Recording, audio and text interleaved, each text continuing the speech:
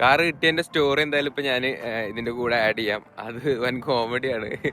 നമ്മുടെ കൂട്ടുകാരൻ നല്ല പ്രതീക്ഷയിൽ വണ്ടി എടുത്തതാണ് ഗൈസ്. ആഗ്രഹിച്ചൊരു കാര്യമാണ് നമ്മുടെ കൂട്ടുകാർക്കൊക്കെ നല്ല അടിപൊളി ലക്ഷറി കാർ അല്ലെങ്കിൽ അടിപൊളി കാറുകൾ ഉണ്ടാവണം നമ്മുടെ കൂട്ടുകാർക്ക്. അപ്പൊ എന്താ വെച്ചെങ്കിൽ നമുക്കും ആ കാറിൽ പോകാനും ഓടിക്കാനും ഒക്കെ അവസരം കിട്ടും. പിന്നെ നമുക്കൊരു പ്രചോദനമാണല്ലോ നമുക്ക് ഇതേപോലെ കാറൊക്കെ വാങ്ങാൻ. അപ്പോൾ നമ്മളെ ഫ്രണ്ട് ഒരു കാറും കൊണ്ട് വന്നിട്ടുണ്ട് ഗൈസ്.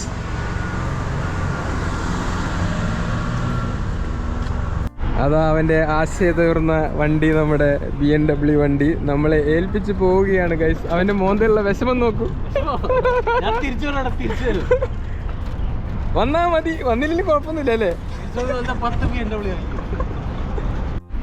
ഗൈസ്. അവന് വണ്ടി എൻ്റെ തന്നു വിടുന്നതിന് എന്തോ ഒരു ബുദ്ധിമുട്ടുണ്ടെന്ന് തോന്നുന്നു ഗൈസ്.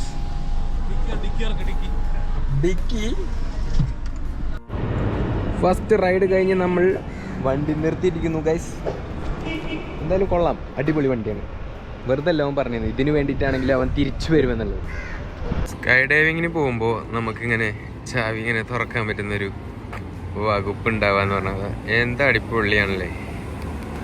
ആ മോനസീൻ എന്താ വഴി തെറ്റിയിട്ടാണോ എന്താണെന്ന് അറിയില്ല. നമ്മളെന്തായാലും ഫ്യൂച്ചർ മ്യൂസിയത്തിന്റെ അടുത്തെത്തിയിട്ടുണ്ട്. നിങ്ങൾക്ക് കാണാമോ എന്നറിയില്ല.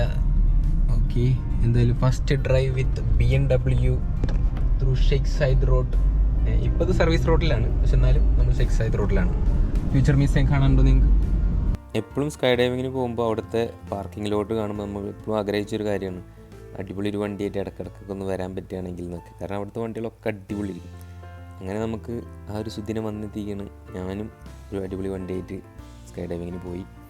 അടിപൊളി എക്സ്പീരിയൻസ് ആയിരുന്നു. പോകാനും വരാനും ഒക്കെ ഇതിന് ഭയങ്കര എളുപ്പം, സമയവും എല്ലാം ലാഭം, ജമ്പുകൾ ഇഷ്ടം പോലെ കിട്ടും എന്നുള്ള പ്രതീക്ഷയിലാണ് ഫസ്റ്റ് തോട്ടം പോയത്. ഫസ്റ്റ് തോട്ടം പക്ഷേ അത്ര ജമ്പൊന്നും കിട്ടിയില്ല. കാരണം ക്ലൈമറ്റ് ഭയങ്കര മോശമായിരുന്നു. മീൻസ് ഭയങ്കര വിൻഡ് കാരണം ഭയങ്കര സീനായിരുന്നു. കംഫർട്ടബിലിറ്റി എന്ന് പറഞ്ഞല്ലോ, വണ്ടി ഓടിക്കാൻ ഭയങ്കര കംഫർട്ടബിളാണ്. നമുക്ക് മറ്റേ സാധാരണ വണ്ടി ഓടിച്ചിട്ട് ഇത് ഓടിക്കുമ്പോഴല്ലോ നമുക്ക് സ്വർഗ്ഗമാണ്, സ്വർഗം. ഇതാണ് ആ പറഞ്ഞ പാർക്കിംഗ് ലോട്ട്. എല്ലാം കിണ്ണ വണ്ടികളാണ്.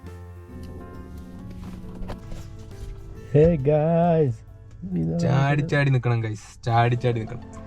നമ്മളെ ഓരോ ദുഃഖങ്ങളും അല്ലെങ്കിൽ എന്തെങ്കിലുമൊക്കെ വിഷമം മാറ്റാൻ വേണ്ടിയിട്ട് ഇങ്ങനെ ചാടാനോ അല്ലെങ്കിൽ എന്തെങ്കിലും പരിപാടിയായിട്ട് വരും. അത് വരുമ്പോൾ എന്ത് ചെയ്യും, അവിടെ നമുക്ക് മൂഞ്ചിൽ കിട്ടും. എന്താവും, അത് നടക്കില്ല. അപ്പൊ നമ്മൾ അടുത്ത പരിപാടി പിടിക്കണം ഗൈസ്, അടുത്ത പരിപാടി പിടിക്കാൻ നോക്കിക്കൊണ്ടിരിക്കണം. കിട്ടണോ?